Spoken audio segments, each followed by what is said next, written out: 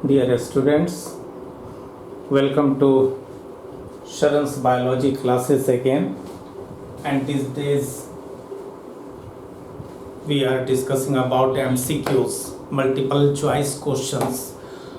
Theory तो आपने काफ़ी पढ़ लिया, बट जब तक मल्टीपल चॉइस क्वेश्चंस का प्रैक्टिस नहीं करेंगे तो आपका मनोबल ऊपर नहीं होगा, ऊंचा नहीं होगा कि हाँ मैं भी ये कार्य कर सकता हूँ, मैं भी ये कंपटीशन compete कर सकता हूँ। चूँकि थ्योरी तो आपने पढ़ लिया, एप्लीकेशन उसका है MCQs, ऑब्जेक्टिव क्वेश्चंस जिसको कह देते हैं। क्वेश्चंस मल्टीपल चॉइस क्वेश्चंस जो होते हैं उसको ट्विस्ट भी कर देते हैं, आपको पता है, बट थोड़ा ट्विस्ट करते हैं, आगे हम लोग देखेंगे।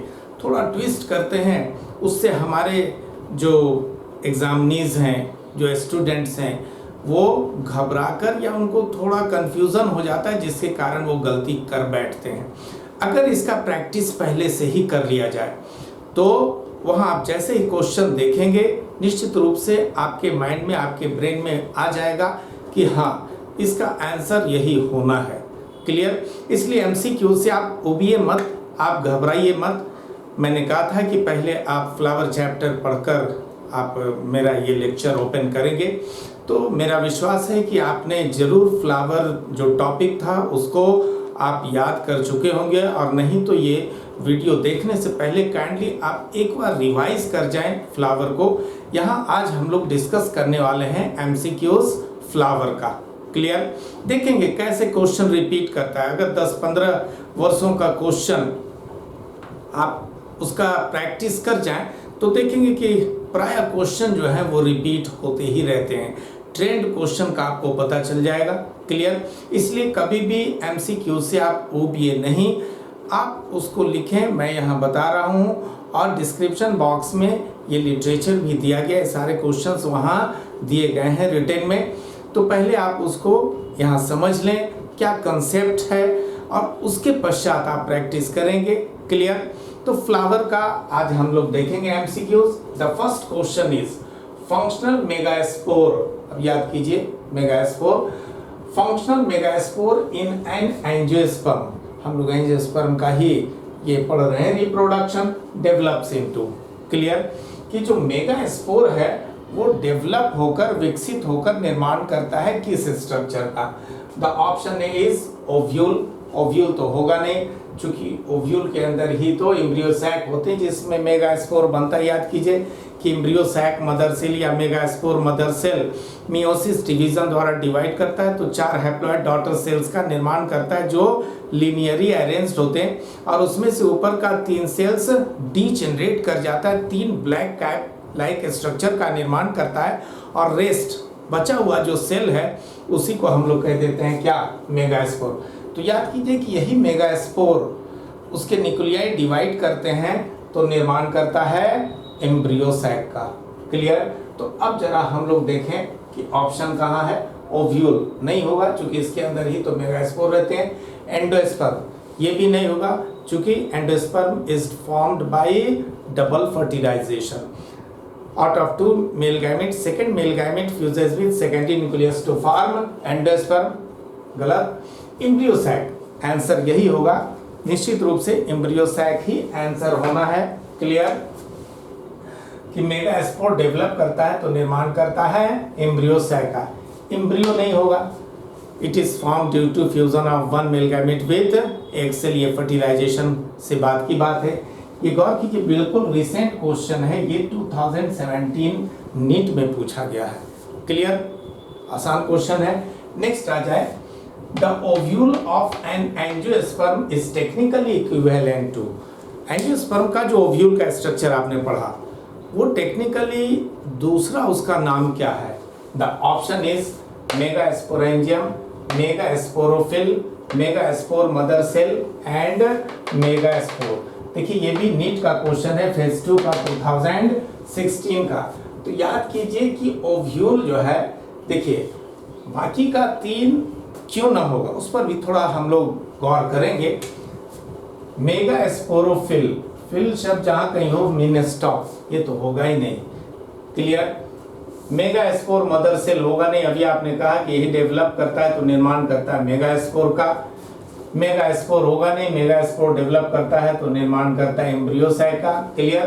तो ओव्यूल जो है किसी भी एंजियोस्पर्म में, ओव्यूल जो है उसका जो टेक्निकल नेम है, उसका जो दूसरा नाम है that is mega sporangium. Clear.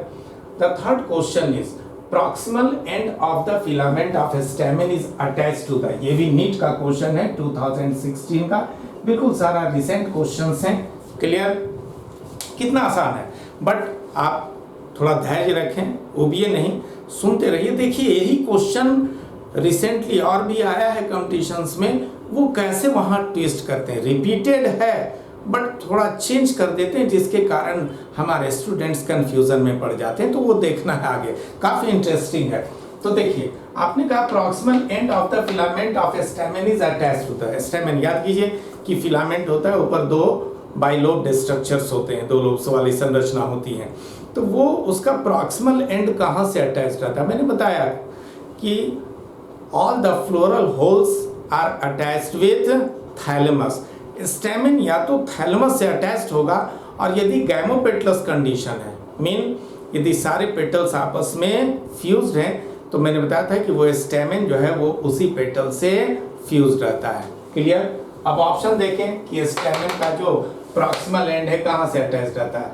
यहाँ ऑप्शन ए में ही है, थैलेमस या पेटल। निश्चित रूप से आंसर यही होगा। क्लियर। एंथर नहीं होगा, कनेक्टिव नहीं होगा, प्लेसेंटा नहीं होगा। क्यों नहीं होगा? इजीली समझ में, काफी आसान क्वेश्चन है। नेक्स्ट आ जाइए, फिलीफॉर्म एपरेटस। फिलीफॉर्म एपरेटस देखेंगे आज। अगर विगत 10-15 साल का क्वेश्चन मैंने कलेक्ट जो किया है, देखेंगे कि 4-5 बार रिपीटिशंस है, बट थोड़ा सा उनके लैंग्वेज में, वर्जन में, थोड़ा कंसेप्ट में थोड़ा सा चेंजिंग है। हम देखेंगे कैसे चेंज करते हैं, बट वो क्वेश्चन रहेगा फिलीफॉर्म एपरेटस का ही।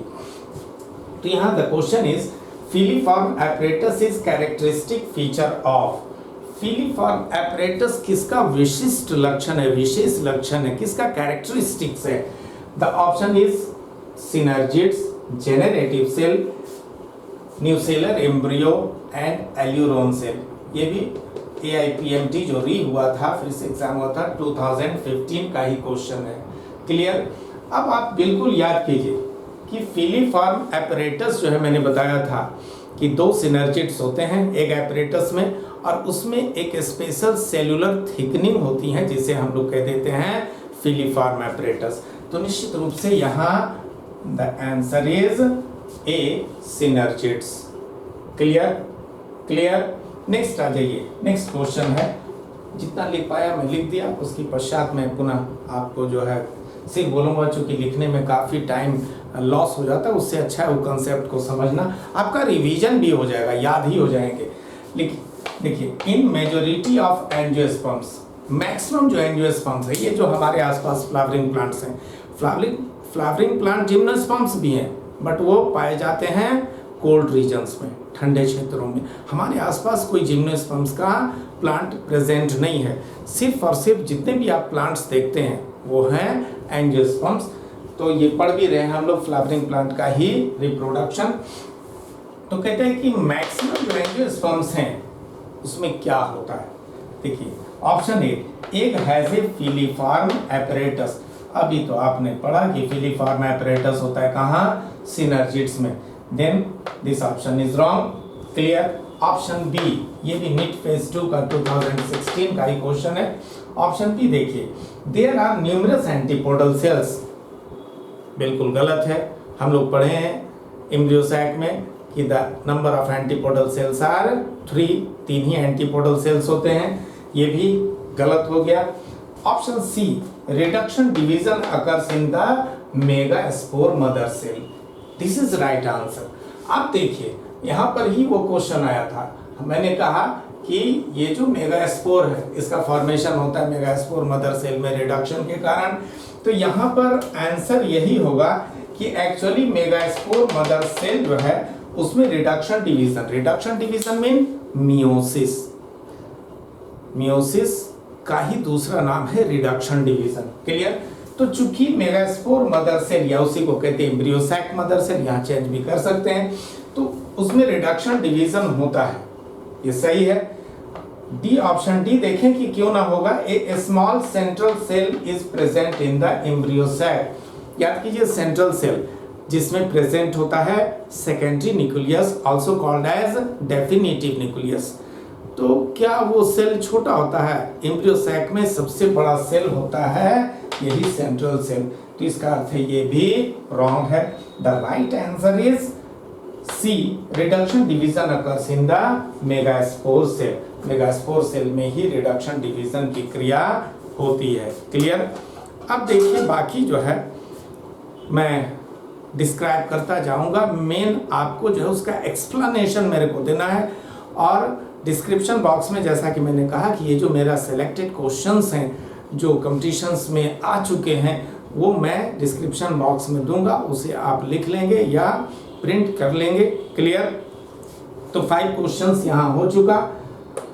Question number 6, which one of the following statement is not correct. Question कहता है नॉट करेक्ट, नॉट ट्रू, इस पर हमेशा ध्यान रखिएगा। यहाँ कंफ्यूजन हो जाता है कि नीचे हम लोग समझते हैं कि इसमें जो राइट आंसर है उसको देना है, कि जो सही बात है वो उसको टिक कर देना है, उसको जो है कलर कर देना है। यहीं पर गलती हो जाती है। ये कह रहे हैं कि which one of the following statement is not correct, कौन सही नहीं है ये आपको बता रहा है। ऑप्शन, अच्छा ऑप्शन ए, ये नीट 2016 का ही क्वेश्चन है। Stored pollen in liquid nitrogen can be used in the crop breeding programmes. जो पॉलन ग्रेन्स को हम लोग स्टोर करते हैं, पढ़े थे क्रायो प्रिजर्वेशन, -196 डिग्री सेल्सियस पर उसको प्रिजर्व करते हैं, तो क्या उसका उपयोग जो है क्रॉप ब्रीडिंग प्रोग्राम में किया जा सकता है? ये बिल्कुल सही है कि उसका उपयोग हम लोग करते हैं। मैंने जब वो थ्योरी क्लास, आपका थ्योरी लेक्चर में बताया भी था। क्लियर? तो ये आंसर नहीं होगा क्योंकि ये स्टेटमेंट सही है। और ये पूछ रहे हैं क्या कि following statement is not correct, कौन नहीं है? क्लियर? ऑप्शन बी, टैपेटम, याद कीजिए टैपेटम जो मेगास्पोरेंजियम है ना, तो वो वहाँ जो पॉलन सैक था उसके चारों ओर 4 लेयर्ड वॉल्स थे, वहीं था inner most wall tapetum. Clear? Tapetum helps in dehiscence of anther. क्या वो जो टैपेटम है वो एंथर के डेहिसेंस में, मतलब उसके बाहर निकलने में, प्रकीर्णन, फैलने में क्या वो सहायता करता है? ऐसी बात तो कहीं आई नहीं है। ऐसी बात कहीं ना तो आपने बुक में पढ़ा, ना ही मैंने बताया कि टैपेटम तो मुख्यतः न्यूट्रिशन देता है। पॉलन ग्रेन्स के निर्माण के समय टैपेटम जो है वो न्यूट्रिशन देता है, अर्थात यह स्टेटमेंट गलत है, अर्थात आंसर होगा बी। क्लियर? कि tapetum helps in the dehiscence of anther, this is wrong answer, this is wrong statement and answer is this. Clear? Option C देखें कि क्यों ना होगा।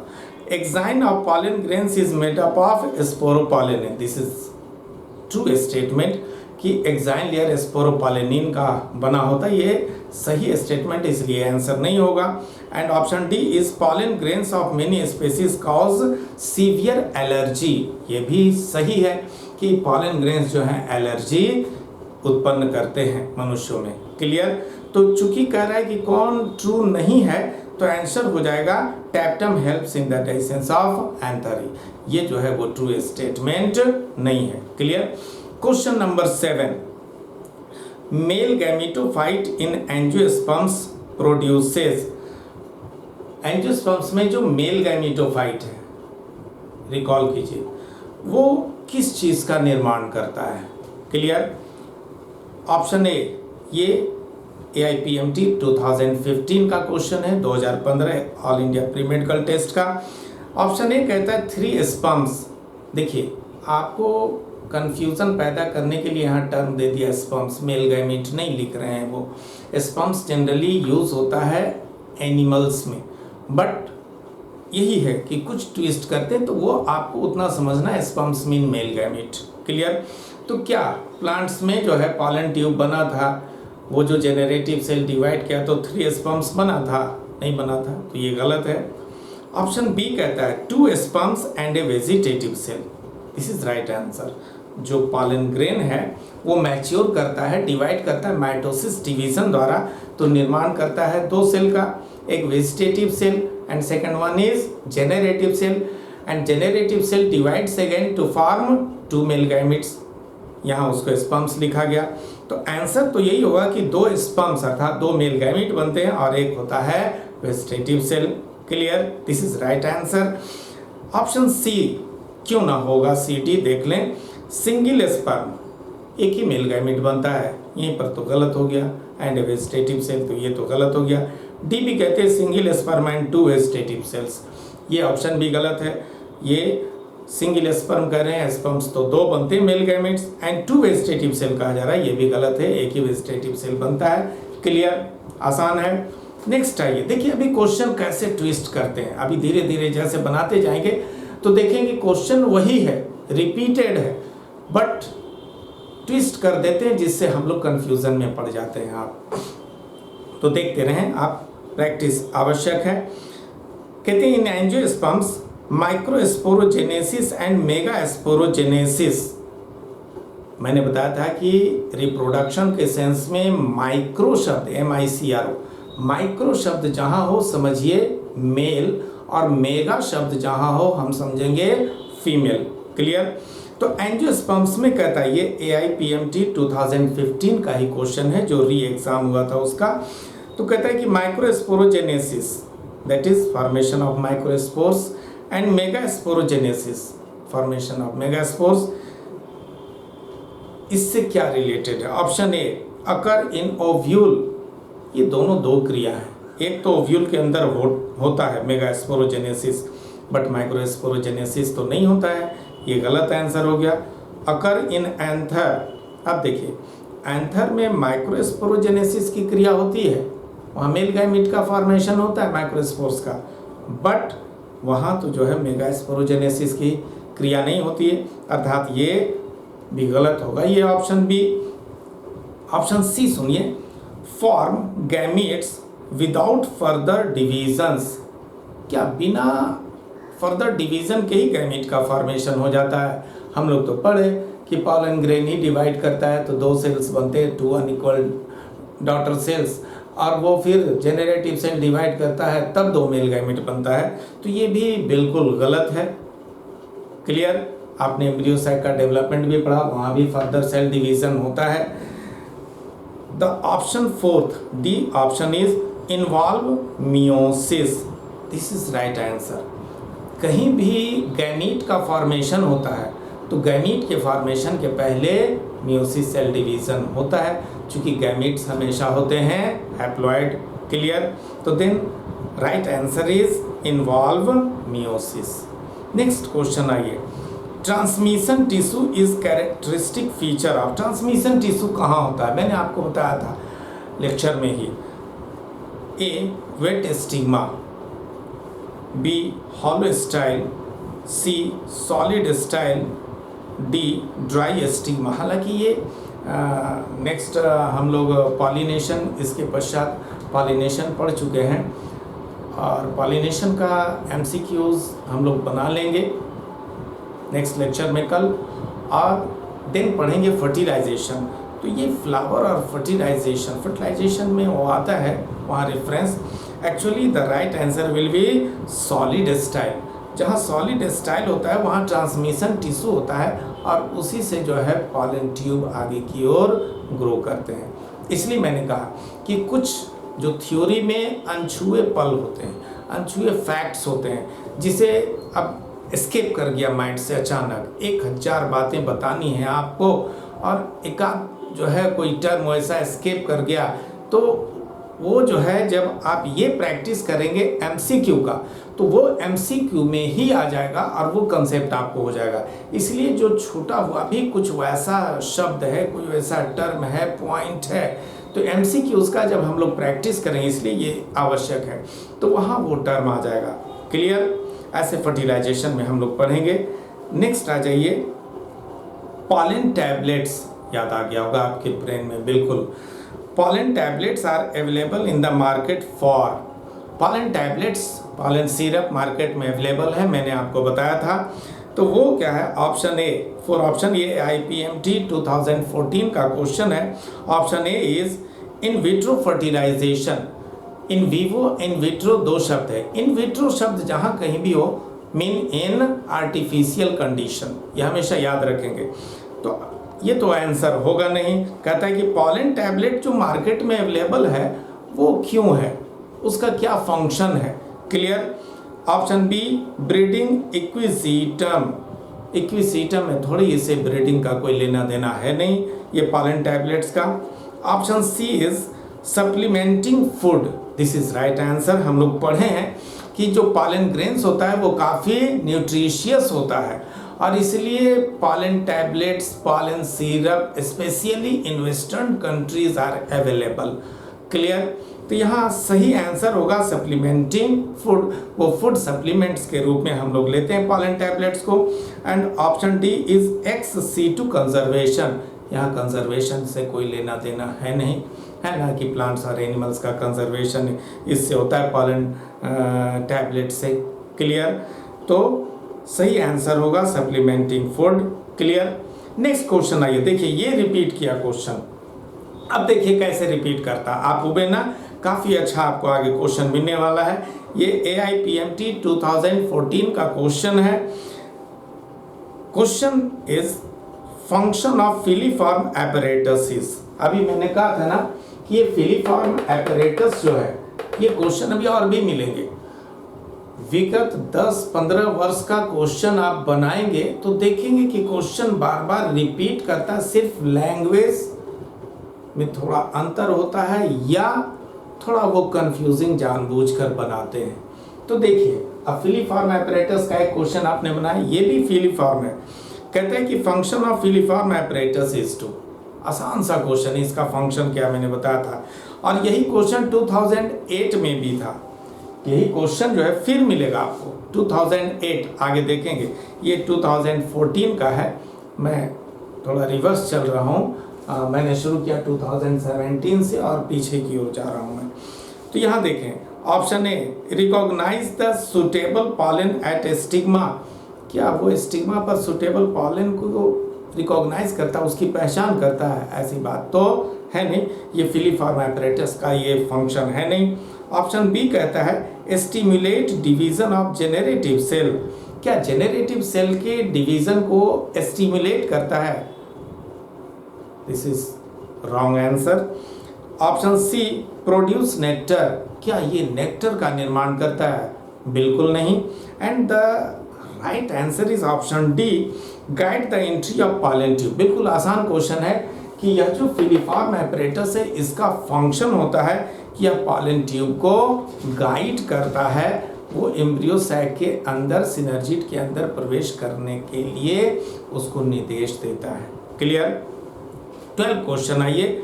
Mega sporangium is equivalent to. Megasporangium, megasporangium अभी question था, देखिए फिर repeat किया। देखिए यहाँ मेगा स्पोरेंजियम था ना, कोई क्वेश्चन है अगेन 2013 में, ये क्वेश्चन था 2016 में और वही क्वेश्चन है देखिए नीट 2013 में। Megasporangium is equivalent to, तुरंत आप बता देंगे। ऑप्शन ए फ्रूट, गलत। न्यूसेलियस, गलत आंसर है। Ovule, this is right answer. Ovule को ही हम लोग कह देते हैं क्या? Mega sporangium. वही क्वेश्चन यहाँ भी था, ओव्यूल और मेगा स्पोरेंजियम। यहाँ मेगा स्पोरेंजियम को क्वेश्चन में ला दिया, ऑप्शन ओव्यूल में दे दिया। क्लियर। फोर्थ है एम्ब्रियो सैक, जो कि नहीं होगा। क्लियर। नेक्स्ट क्वेश्चन आइए। विच one of the following statement is correct. अब देखिए यहाँ कह रहा है कौन करेक्ट है। कभी कहेंगे कि which is not true, which is wrong, कौन गलत है, उसमें थोड़ा सावधानी बरतनी है कि चूंकि हम लोग आदत है कि जो सही है उसको हम लोग सेलेक्ट करते हैं। क्लियर। यहाँ कह रहा है कि which one of the following statement is correct, कौन सही है ये बताना है। Option A sporogenous tissue is haploid. Sporogenous tissue याद कीजिए, उसी में तो मियोसिस हुआ था। क्या वो हैप्लॉइड होता है? ऐसा तो है नहीं, वो तो डिप्लॉइड होते हैं। Endothecium produces the microspores. Endothecium याद कीजिए, जो कि आपने पढ़ा था पॉलन सैक, पॉलन चैम्बर का जो ट्रांसवर्स सेक्शन हम लोग पढ़े थे। तो endothecium is protective in function. थोड़ी एंडोथेसियम जो है वो माइक्रोस्पोर्स का निर्माण करता है, ये भी गलत है। ऑप्शन सी सुनिए, tapetum nourishes the developing pollen. This is right answer कि टैपेटम जो है वो पॉलन ग्रेन को नरिश करता है, उसके निर्माण के समय पोषण प्रदान करता है। देखिए ये भी क्वेश्चन रिपीटेड हो गया, अभी हम लोग एक क्वेश्चन डिस्क्राइब किए थे कि वो नरिशमेंट देता है। खैर, ऑप्शन डी कहता है hard outer layer of pollen is called intine. बिल्कुल मूर्खता वाली बात है कि पॉलन ग्रेन का जो आउटर लेयर है, हार्ड है, that is called exine. Clear? तो आंसर होगा, चूंकि कह रहा है कि which one of the following statement is correct, तो यहाँ आंसर हो जाएगा tapetum nourishes the developing pollen. Clear? Next आ जाइए क्वेश्चन नंबर 14। देखिए 2008 में पुनः ये रिपीट किया गया, अभी जो मैं पढ़ रहा हूँ ये क्वेश्चन है AIPMT 2012 का, all India pre medical test, जिसको अब नीट हम लोग कह देते हैं, उसमें वही नाम था 2012 में। अब सुनिए, an organic substance that can withstand environmental extremes and cannot be degraded by any enzymes। आप वैसा ऑर्गेनिक कंपाउंड का नाम बताओ जो भी इन्वायरमेंटल फैक्टर्स हैं उसके प्रति वो रेसिस्टेंट है, and can not be degraded by any enzymes, और किसी एंजाइम द्वारा भी वो डिग्रेड नहीं होता है, नष्ट नहीं होता है, क्षतिग्रस्त नहीं होता है। बिल्कुल आपके दिमाग में आंसर आ गया होगा। ऑप्शन ए लिग्निन, नहीं। B cellulose, no. C cuticle, no. And D is sporopollenin. This is right answer. वहाँ पर मैंने बताया था कि this is most resistant organic compound on earth, sporopollenin, जिसका एग्जाम बनाता है। देखिए यही क्वेश्चन फिर रिपीट करेगा 2008 में। Next question, the gynoecium consist of many free pistils in flower of. Yes, remember कीजिए, मैंने ये बताया है आपको। ये AIPMT प्रिलिमिनरी का 2012 का क्वेश्चन है कि बहुत सारे फ्री पिस्टिल्स हैं। इस कंडीशन को हम लोग क्या कहते हैं, किस प्लांट में मिलता है? Papaver, that is botanical name of opium, papaver somniferum. Option B michelia. Option C aloe vera, सभी जानते हैं। And option D tomato. मैंने आपको बताया था कि पॉलीकार्पेलरी कंडीशन, बहुत सारे कार्पेल्स हैं, and when all the carpels of polycarpellary pistil are free from each other it is called apocarpous condition. और ये पाया जाता है रोज में, माइकेलिया में, वहाँ मैंने लिखा है, आप देखें उस थ्योरी को जो मैंने पढ़ाया है। तो यहाँ ऑप्शन बी में है माइकेलिया, दिस इज राइट आंसर। मैंने कहा कि याद करेंगे तो निश्चित बनेगा, 100% बनेगा, नहीं बनने की बात ही नहीं है। नेक्स्ट क्वेश्चन आए, what is the function of germ pore. अब देखिए जर्मपोर याद कीजिए पॉलन ग्रेन में था, जहां एक्साइन लेयर थिन हो जाता है। ये AIPMT मेन का क्वेश्चन है 12 का। Option A emergence of radical, मूर्खता वाली बात है। रेडिकल का फॉर्मेशन कहाँ, वो सीड के जर्मिनेशन के समय होता है, और ये जर्मपोर का ये फंक्शन पूछ रहे हैं, नहीं होगा। Absorption of water for seed germination, बिल्कुल नहीं। Option C is initiation of pollen tube, this is right answer. ये पॉलन ट्यूब का इनिशिएशन करता है। पॉलन ट्यूब मैंने बताया था कि वेजिटेटिव सेल जो बाहर निकलता है पॉलन ट्यूब का निर्माण करता है, वो हमेशा जर्मपोर से। तो यही सही आंसर होगा कि जर्मपोर का जो फंक्शन है that is initiation of pollen tube. Clear? Fourth option है रिलीज ऑफ मेल गैमेट्स, गलत। नेक्स्ट क्वेश्चन आइए, विच one of the following statement is wrong. अब देखिए यहाँ आपको एकदम थोड़ा सतर्क रहना है कि गलत कौन है ये बताना है। हमेशा हम लोग जो सही है उसको चूज करते हैं। ऑप्शन ए, ये AIPMT मेंस का ये 2012 का। Option A, when pollen is shed at two celled stage double fertilisation does not take place. कहते हैं कि यदि टू सेल्ड स्टेज में यदि पॉलन ग्रेन रिलीज होते हैं तो डबल फर्टिलाइजेशन की क्रिया नहीं होती है। ऐसा थोड़ी है वो सिंगल सेल स्टेज में रिलीज हो या डबल सेल स्टेज में रिलीज हो।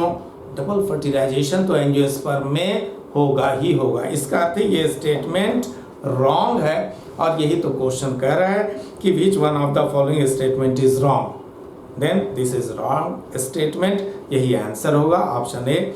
बाकी का ऑप्शन भी हम लोग देख लें। कहता है vegetative cell is larger than generative cell, गलत है।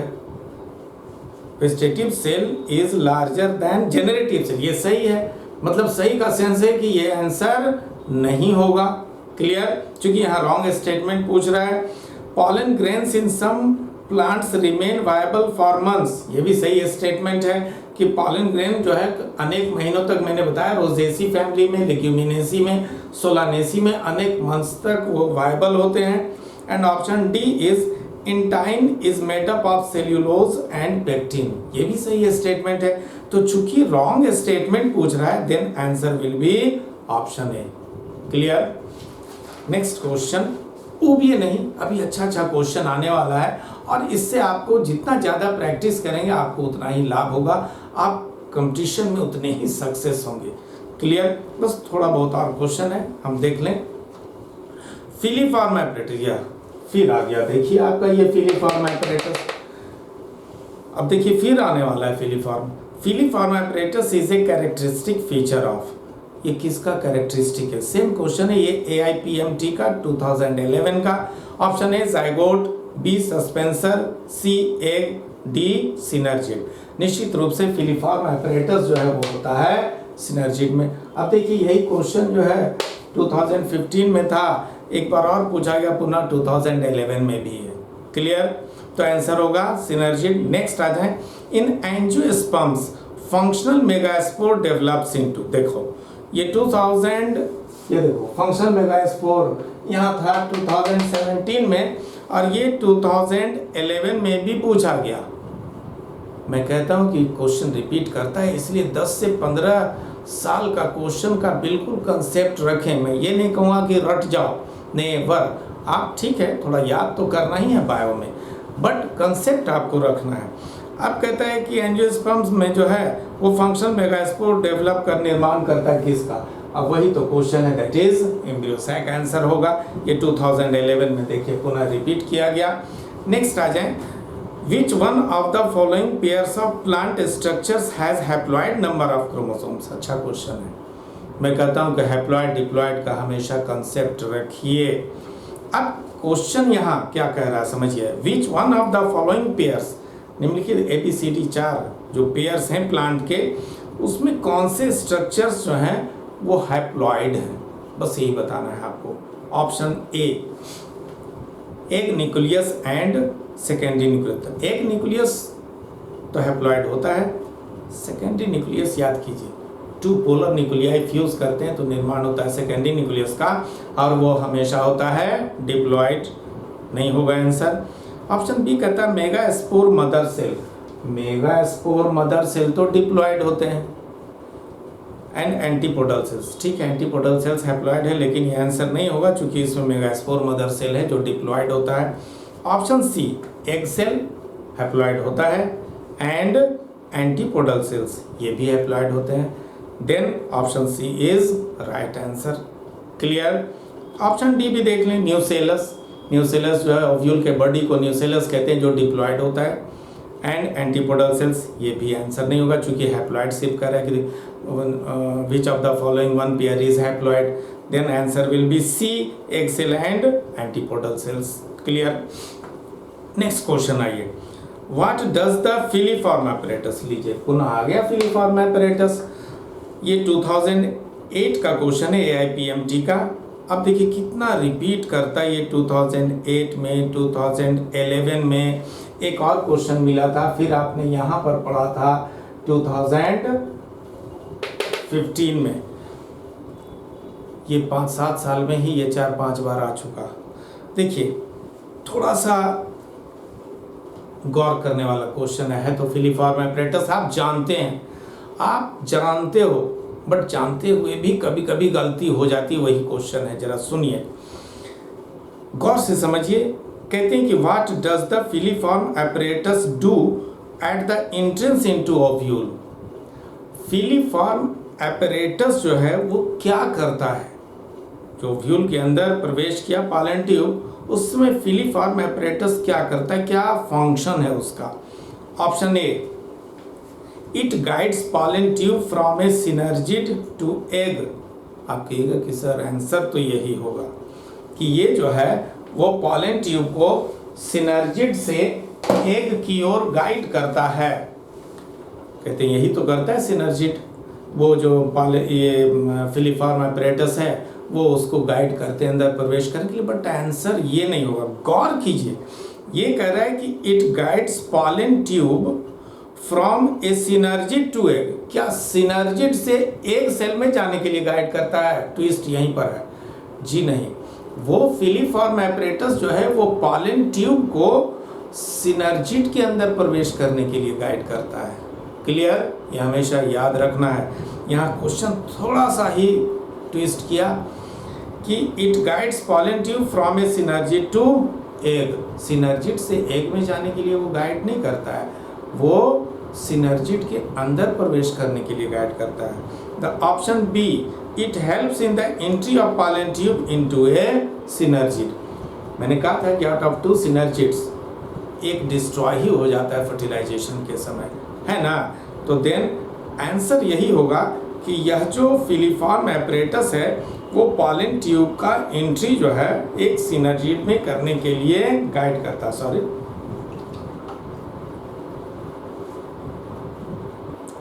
इसलिए काफ़ी ध्यान देने की आवश्यकता है। ऑप्शन सी कहता है it prevents entry of more than 1 pollen tube into the embryo sac. ऐसा है नहीं कि एक से अधिक एम्ब्रियो सैक अंदर ना प्रवेश कर सके, इससे उसको बचाता है, ये गलत है। Option D, it brings about opening of the pollen tube. मैंने बताया था कि पॉलन ट्यूब फर्टिलाइजेशन आगे पढ़ेंगे तो 3 प्रकारों से उसमें होते हैं, तो उसके लिए ये फिलीफॉर्म एपरेटस वो काम करता है, वो भी गलत है, वहाँ उसका कोई फंक्शन ही नहीं है। Then right answer will be it helps in the entry of pollen tube into a synergid. यही फिलीफॉर्म एपरेटस जो है उस पॉलन ट्यूब को सिनर्जिड के अंदर प्रवेश करने के लिए गाइड करता है। क्लियर? ये 4 बार ये क्वेश्चन रिपीट कर चुका।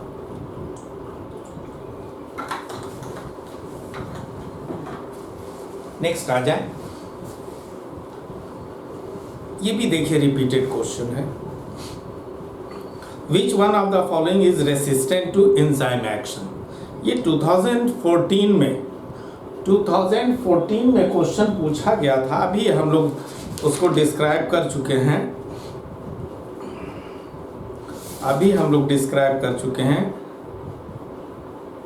2014 का क्वेश्चन क्या है ये?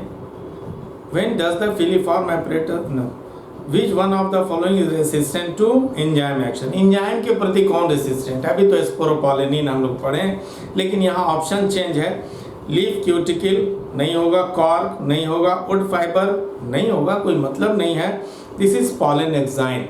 जो रेसिस्टेंट कंपाउंड है, most organic resistant compound that is sporopollenin, और स्पोरोपोलिनिन का बना होता है एक्साइन लेयर, इसलिए ऑप्शन में यहाँ दिया है पॉलन एक्साइन। सिर्फ मैंने कहा कि थोड़ा चेंज करते हैं तो उसको समझना है। अब 2-4 क्वेश्चन और है, देखिए अच्छा क्वेश्चन है। Male gametes in angiosperms are found by the division of. बिल्कुल आसान सा क्वेश्चन है कि मेल गैमेट जो एंजियोस्पर्म्स में बनते हैं वो किसके डिवीज़न के कारण, अभी हम लोग डिस्क्राइब कर चुके हैं। ये AIPMT 2007 का क्वेश्चन है। Option A microspore mother cell नहीं होगा, ऑप्शन बी माइक्रोस्पोर्स ये भी नहीं होगा, option C generative cell. This is right answer. आप कहते हैं ना कि जेनरेटिव सेल ही डिवाइड करता है तो मेल गैमेट्स का निर्माण करता है। ऑप्शन डी है वेजिटेटिव सेल, ये भी नहीं होगा। क्लियर? बिल्कुल आसान क्वेश्चन है। अब आ जाए, long filamentous threads protruding at the end of a young cob of maize are. अच्छा, जो कॉब ऑफ मेज देखा होगा आपने, मक्खा, तो उसमें वो स्पैटिक्स इन्फ्लोरेसेंस है और उससे जो है वो सिल्कन थ्रेड लाइक स्ट्रक्चर्स बाहर निकले रहते हैं। क्लियर? वो कौन सा स्ट्रक्चर हालांकि इसकी चर्चा आती है 11 में, बट फ्लावर का ही क्वेश्चन है ये। AIPMT 2006 का क्वेश्चन है। ऑप्शन ए है एंथर्स, बी स्टाइल्स, सी ओवरीज, डी हेयर्स। निश्चित रूप से यहाँ आंसर होगा स्टाइल। उसका स्टाइल और स्टिग्मा दोनों ही, आपसे कोई भी पूछे द इलोंगेटेड स्टिग्मा या लॉन्गेस्ट स्टिग्मा किस प्लांट का होता है, that is cob of maize. Clear? यहाँ ऑप्शन में स्टाइल है तो यहाँ आंसर यही हो जाएगा, बट यदि स्टिग्मा रहे ऑप्शन में तो देन स्टिग्मा को हम लोग जो है वो राइट आंसर मानेंगे। क्लियर? जैसे क्वेश्चन है कि आप कहाँ रहते हैं, एक क्वेश्चन मैं बताऊं, आप कहाँ रहते हैं? पृथ्वी पर। Option B Asia, option C Pakistan, option D India. निश्चित रूप से आप कहेंगे इंडिया, यहाँ तो इंडिया है। ऑप्शन चेंज करते हैं, आप कहाँ रहते हैं, क्वेश्चन वही है। Option A Asia, option B India, option C Pakistan and option D जो आपका स्टेट का नाम है, दिल्ली, राजस्थान, मध्य प्रदेश, उत्तर प्रदेश, जो भी कहो, तो देन आप कहेंगे कि हम अपना स्टेट का देंगे। तो जो एप्रोप्रिएट आंसर है, आंसर चेंज कर सकता है on the basis of options. वहाँ देखना ऑप्शन क्या है। तो यहाँ स्टाइल है तो यहाँ स्टाइल होगा, लेकिन हमेशा याद रखिए कि इलोंगेटेड स्टिग्मा पूछे that is cob of maize, मकई में ही भुट्टा। क्लियर? नेक्स्ट आ जाइए, the arrangement of the nuclei in a normal embryo sac in the dicot plant is. Dicot mean angiosperms. Angiosperms are classified into 2 classes, dicots and monocots. तो ये कहता है, सीधा सा समझिए कि एंजियोस्पर्म्स में, फ्लावरिंग प्लांट्स में, एम्ब्रियो सैक में सेल्स का या न्यूक्लियाई का अरेंजमेंट क्या होता है। ऑप्शन ए सुनिए, एम्ब्रियो सैक याद कीजिए आप। ऑप्शन ए 2+4+2 ऐसा अरेंजमेंट होता है क्या? ऐसा तो नहीं होता एम्ब्रियो सैक में, रिकॉल कीजिए आप। ऑप्शन बी 3+2+3 यही सही आंसर है। 3 होते हैं, एक एपरेटस, 2 सिनर्जिड और एक cell. 3 are antipodal cells opposite pole पर, एंड सेंटर में होते हैं सेकेंडरी न्यूक्लियस, डेफिनेटिव न्यूक्लियस, जो 2 पोलर न्यूक्लियाई के फ्यूजन के कारण उत्पन्न हुआ। पहले तो 2 पोलर न्यूक्लियाई ही था, तो देन अरेंजमेंट हो जाएगा 3+2+3। क्लियर? 2+3+3 ऐसा तो नहीं किसी पोल पर 2 है अब 3 है, ऐसा तो होता नहीं है। ऑप्शन डी कहता है 3+3+2, ऐसा थोड़ी है कि 3 है माइक्रोपाइलर एंड पर पुनः 3 है, नहीं, ऐसा तो होता नहीं है। दोनों अपोजिट पोल्स पर 3 न्यूक्लियाई हैं और सेंटर में जो 2 पोलर न्यूक्लियाई है, इसलिए यहाँ पर अरेंजमेंट हो जाएगा 3+2+3। ये भी AIPMT 2006 का क्वेश्चन है। And the last question is, उबना नहीं है, घर में भी प्रैक्टिस किया कीजिए MCQs का। जितना ज़्यादा प्रैक्टिस करेंगे यानी उतना ही ज़्यादा लाभ होगा। थ्योरी तो याद करना ही है, पहले थ्योरी समझते हुए पढ़ लेना है, थोड़ा याद करना है, और तब MCQs का ज़्यादा से ज़्यादा प्रैक्टिस करें। मैं तो हर एक चैप्टर के बाद ये आपको 25-30 सेलेक्टेड क्वेश्चन मैं कराऊंगा जो कि कॉम्पिटिशन्स में आ चुके हैं। नेक्स्ट क्लास में पॉलिनेशन बिल्कुल पढ़िएगा, तभी मेरा जो ये लेक्चर है, ये वीडियो है, आप ओपन करेंगे तो आपको उतना ही फ़ायदा होगा, उतना ही लाभ होगा। Clear? Then the last question is, through which cell of the embryo sac के किस सेल से does the pollen tube enter the embryo sac. Pollen tube जो एम्ब्रियो सैक के अंदर प्रवेश करता है वो किस सेल से होते हुए, आंसर तो आ गया होगा, अभी कितनी बार चर्चा हो चुकी। ऑप्शन ए एग सेल से होते हुए अंदर प्रवेश करता है, बिल्कुल गलत है, एग सेल से तो मेल गैमेट फ्यूज करेंगे। Option B central cell, no, central cell जिसमें सेकेंडरी न्यूक्लियस रहता है उससे भी नहीं इंटर करता है। Option C persistent synergid. Persistent mean जो कभी नष्ट ना होता हो, समाप्त ना होता हो, चिरस्थायी, चिरलग्न, हमेशा साथ रहने वाला, हमेशा प्रेजेंट होने वाला। तो परसिस्टेंट सिनर्जिड जो रह गया उससे तो एंटर नहीं करेगा। The option D is degenerated synergid. मैंने कहा था फर्टिलाइजेशन इसके बाद ही के लेक्चर में एक लेक्चर होगा पॉलिनेशन का एमसीक्यूज और देन फर्टिलाइजेशन हम लोग पढ़ेंगे। पहले एम्ब्रियो पढ़ना है, उसके बाद फर्टिलाइजेशन। खैर, तो डीजेनरेटेड सिनर्जिड यही आंसर होगा कि सिनर्जिड जो डिजेनरेट कर जाता, चूंकि वो पॉलन ट्यूब उसी सिनर्जिड से होते हुए अंदर प्रवेश करता है, इसलिए वो सिनर्जिड जो है वो नष्ट हो जाता है। Then the answer will be degenerated synergid. Clear? ये कुछ सेलेक्टेड क्वेश्चंस थे जो विगत 10-15 वर्षों में आए हैं और आपने देखा कि काफ़ी रिपीट होता है। कुछ केवल लैंग्वेज चेंज करते हैं, कुछ कंफ्यूजिंग बना देते हैं, तो उसका हम लोग प्रैक्टिस करते रहेंगे। क्लियर? ज़्यादा से ज़्यादा आप पढ़ें और कोई कंफ्यूजन हो तो ज़रूर पूछें। मैं डिस्क्रिप्शन बॉक्स में ये सारे क्वेश्चंस डाल दूँगा।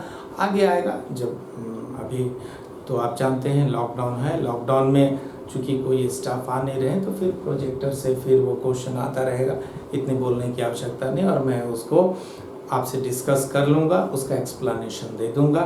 क्लियर?